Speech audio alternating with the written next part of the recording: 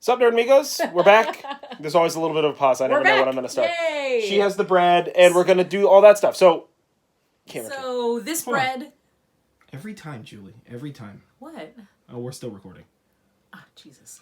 So this dough was sitting, and I let it rise for about 16 hours. That is until it doubled in size. You can see it's really nice and elasticy, and it's lost all of that like sticky look.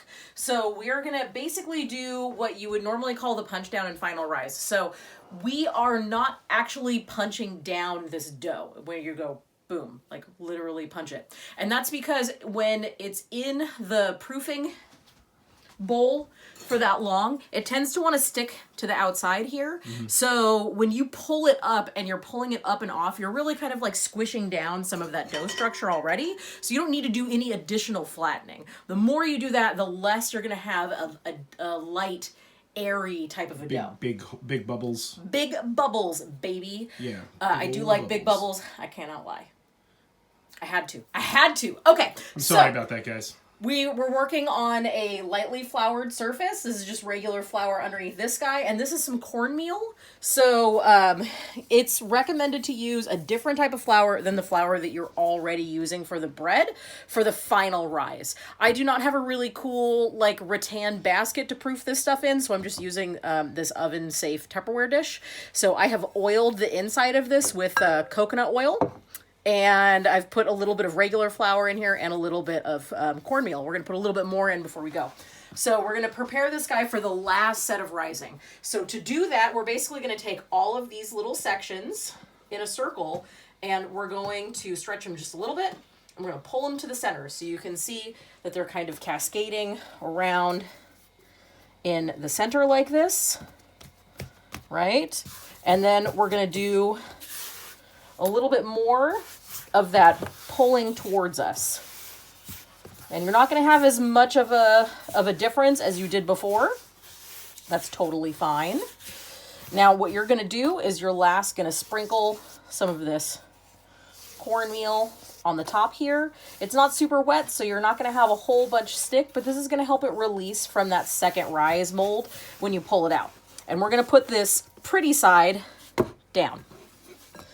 You can see we've still got some of this. That's totally fine. We're going to take our damp cloth and we're going to cover this guy and leave in a warm place for another 30 minutes. And at the end of that time, we are going to go ahead and get it prepared for the oven.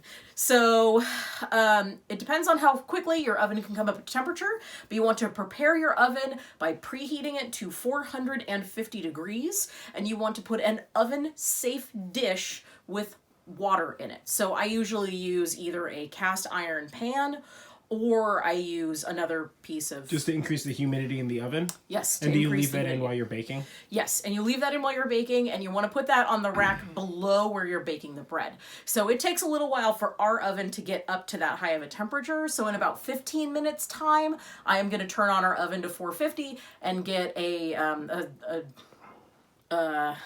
probably like casserole dish with the water in there. I do not like using the cast iron because we have hard water here and you have to do a lot more work to keep your cast iron seasoned like that. But you can use cast iron. But you can use cast iron. A lot of people say use cast iron, but I don't because I don't have to re-season my pan every time. Yeah. Or like an empty pie dish. Do you want it to be like a pot, or do you want it to be like a pan? Do you want it like short and big, or like tall? A pan would be better because that's really going to give you the most humidity in there, and that's going to cause you to have that really nice, like kind of crackly crust that you expect coming from an artisan loaf of sourdough bread. Okay. So we'll see you. We'll see you next time. When we're out ready to go in the oven. And we're recording. All right. So it's been about a half an hour. My oven is at temperature. There is a casserole dish filled with water in there. And I have a pan that I'm going to bake it on because I also am cheap and do not have a baking stone. So this is just a cookie sheet with parchment paper. And then this is more of the cornmeal on the bottom. That helps with either too dark crust on the bottom and also too light crust because it helps air to kind of get in there. So we've got our little baking doohickey guy here, and you're just going to kind of like rotate it so you can see that it's going to come out when you plop it over. And then you're just going to plop it over. Boop. Yeah. What a pretty looking loaf. I like to shape it back into a nice little centerpiece. And now you want to grab a knife so that you can make some slashes in it. You want to take a sharp knife, or a serrated knife will also work, and you want to cut about 1/3 of the way into the top of the crust. This makes it so that the bread doesn't explode out the sides. If you've ever done one that has not been cut, that's a lot of fun to see it when it's like on the sides. So from here, we're going to take our beautiful loaf of bread and put it into the top shelf of our oven. And it's going to cook in there at 450 degrees with that thing of water for 40 minutes. Put it in our shade. And you can see that little tray of water down there, bread. And looks like we'll see you next time, right? Also, don't open your oven to check on it while it's cooking. Leave it alone. That's probably fair. All right, guys, we're back. That's just the corner of Julie's boobs in the oven because we're gonna pull out the baby. It's bread baby time. It's bread reveal. Bread reveal. Let's see. What's the gender of our bread? Is it gluten? The gender of our bread is gluten, so it's gonna be allergic to a lot of you, or you're gonna be allergic. A lot of you are gonna be allergic to it. However, gender. So look at this. Gluten stuff works. So you can see how pretty it looks with that extra flour and the cornmeal. That is one of the reasons that you do that. But I did jinx myself in talking about a loaf that explodes and not cutting it correctly, because you can see we kind of had a little bit of exploding. Yeah. But it's nicely browned on the bottom. When you pull a loaf like this out, you want to make sure that it is nicely browned on the bottom, because if it is not, then that generally means that it's undercooked and you need to go and put that back into the oven. So this guy now needs to sit for at least an hour. Yes, I am sorry, but at least an hour before you cut open into it. And that's because if you cut into it now, it's going to release all kinds of steam and your bread's going to get stale faster and it's going to get kind of crumbly and it's just not going to be as tasty. So we'll see you in an hour. Yeah. Grab a drink. We'll see you in an hour. All right, sup, Nerdmigos. We're back. We're at the end. Yay! The bread's done. We can It's just waiting down here. And then we're going to, tell you about the bread and whatever. Yeah. Okay, so. All right, so we got the bread here. So, beautiful bread. Look at that. And let it sit. Such beautiful bread. You see how you get those big... Now, this is a little not fully cooked. It's a little undercooked right there. But that's not too bad. Like... The problem is that you can't cut into it like when it's fresh and hot, because you don't want the steam to escape, which we talked about in the previous clip. But so it gets a little bit like this, but really if you're going to toast it or you're doing it in like a skillet with some oil, which is what we're probably going to do for breakfast. Yeah. Then it's still safe to eat. Fucking There's totally no fine. egg products in this or anything. And also every time you make sourdough bread, you're always a little disappointed about something. So except for the slight little underdoneness, and you can see there's like a little bit more here, and then there's a little less here, and there's a little less there, so there's less as you get to the edges. You can always cut that out, not eat it, feed it to your chickens or your husband or whatever. Yeah. But there's always something that goes wrong with the sourdough bread, so you have to kind of be prepared for that. Quick aside, these are shitty bread knives. So yeah. World, get your fucking bread knife game together. All bread knives are shitty except for very old German ones. Yeah. So let's just rip that in half. We're going to just rip that Weird in half. flex. Okay. Camera 2. I don't know if you guys have noticed, but I'm not keeping track of which camera number I'm using. I'm just making up a number. This is the bread, and this is how you eat bread. She's eating it. Make sure it's not poisonous first. Mm-hmm. No. It's not bad.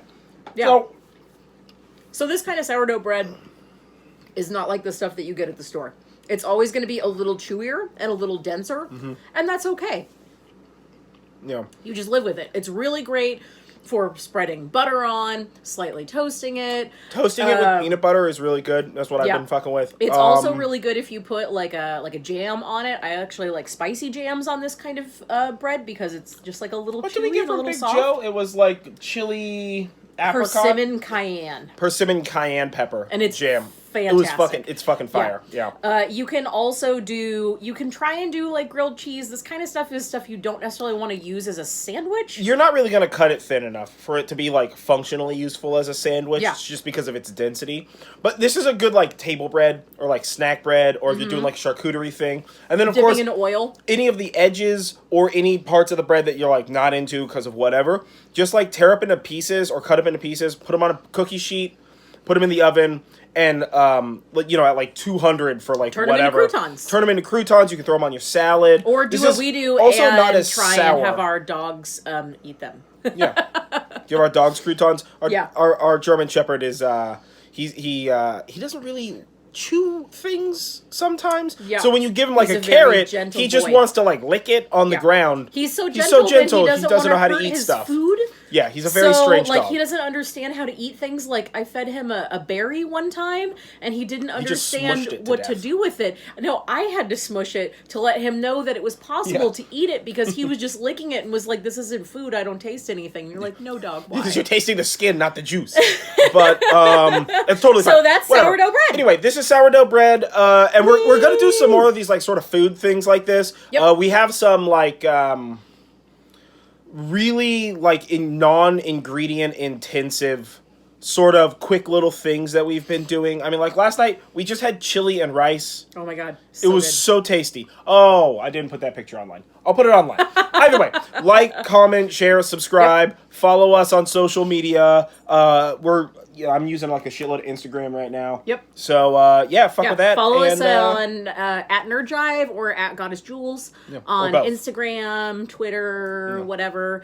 We would love to see what you guys are also eating or making. And if you're interested in more information on baking sourdough bread, or if you just want some like bread porn pictures, just catch that DM, dog. Follow Seamus Blackley. That's SEAM. US Blackley on Twitter. He is the father of the Xbox, and he also makes sourdough and wild yeast breads, and also breads from ancient cultures. He made actually a bread with yeast from ancient Egypt that they opened up from an Egyptian tomb and then baked it as if he was in ancient Egypt. It is so cool. So check that out if you're interested in more bread stuff. Yeah, get that bread game on, and stay safe, stay inside, and don't do dumb shit. Don't be a dumb young person or a dumb old person. Stay home, flatten the curve, wash your goddamn hands. Yeah, don't put them in your mouth. He just failed. Yeah, that's not. Don't do that. Lesson learned. All right. We'll see you later. Bye. Bye.